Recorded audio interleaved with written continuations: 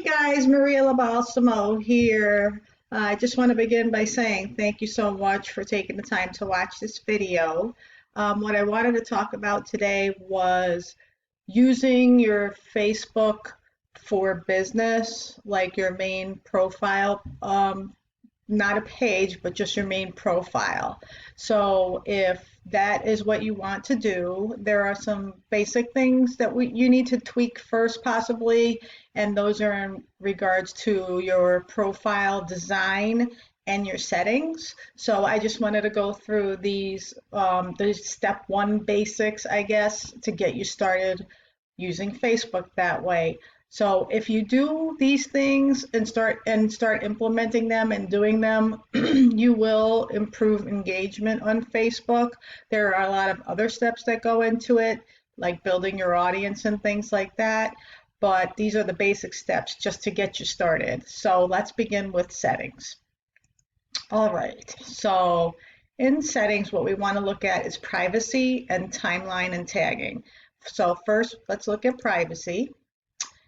Under your activity, who can see your future posts? You want that to be public, because really if you don't have that public and you have that set to a private setting, you're limiting yourself in terms of your reach and the exposure that your content is getting. So we really want you to have your content reaching as many people as possible. So set that to public if it's not already. Down here, how people find and contact you. Who can send you friend requests? You want to have that as everyone. Who can see your friends list? Keep that as only me. You really don't need anybody going through the friends list for any real reason or anything like that. And just friending. It's really not necessary. So I would just keep that as only me.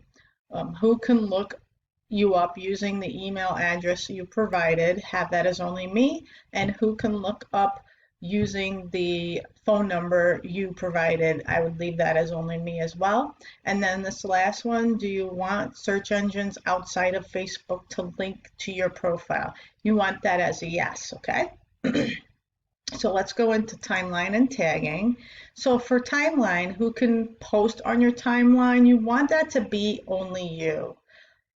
Because, and this one too, who can see what others post on your timeline? You want those to be only you, because somebody may want to tag you and in a post, but you don't necessarily want it on your feed in your wall.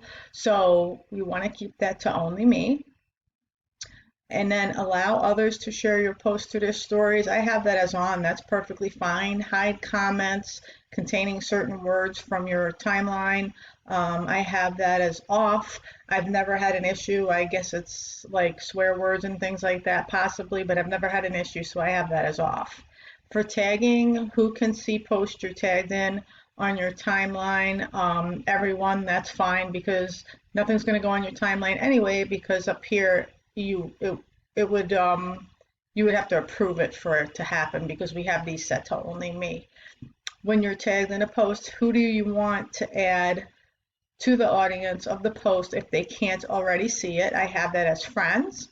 And then for review post you're tagged in before the post appears on your timeline. We have that as on. So these kind of all go together, you can see. And then review tags people add to your post before the tags appear on Facebook. Have that as on as well. All right, so now we want to go to our profile. So on your profile, there's a few things. First of all, you want your profile pic to be a clean, clear, nice picture of you. You really, as much as we love animals, for example, you really don't want it to be a picture of your animals. You want it to be a picture of you, because your Facebook, you're using it for your business, and the idea is to brand you. You are your brand, and that's what we're trying to create here, okay? So for the cover photo, I switch back and forth between a picture of, that just has to do with myself, and what I do, and my team. So I like to switch off a little bit. So you can actually get someone to create this for you on Fiverr if you need help with that. And they're roughly around $5 or $10. They're pretty inexpensive, but you can get yourself a nice little cover photo to put here if you need one, if you're not able to do it yourself. Down here, when it comes to the intro, you really have to think about what your message is. Who are you trying to reach? What problems are you trying to solve? Think about what problem you're trying to solve and come up with like 2 lines that fit for that. So for me, I'm, for example, a global entrepreneur, and I put down here, helping you create a freedom lifestyle, build residual money, income, message me.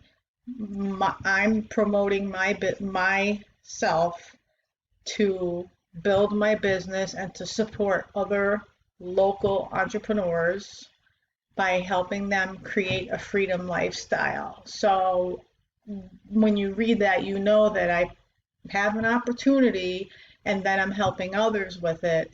And if somebody wants information on it, they would have to reach out to me. And in the bio section, I would just keep it to a few items. It really doesn't need to be like a whole ton of items.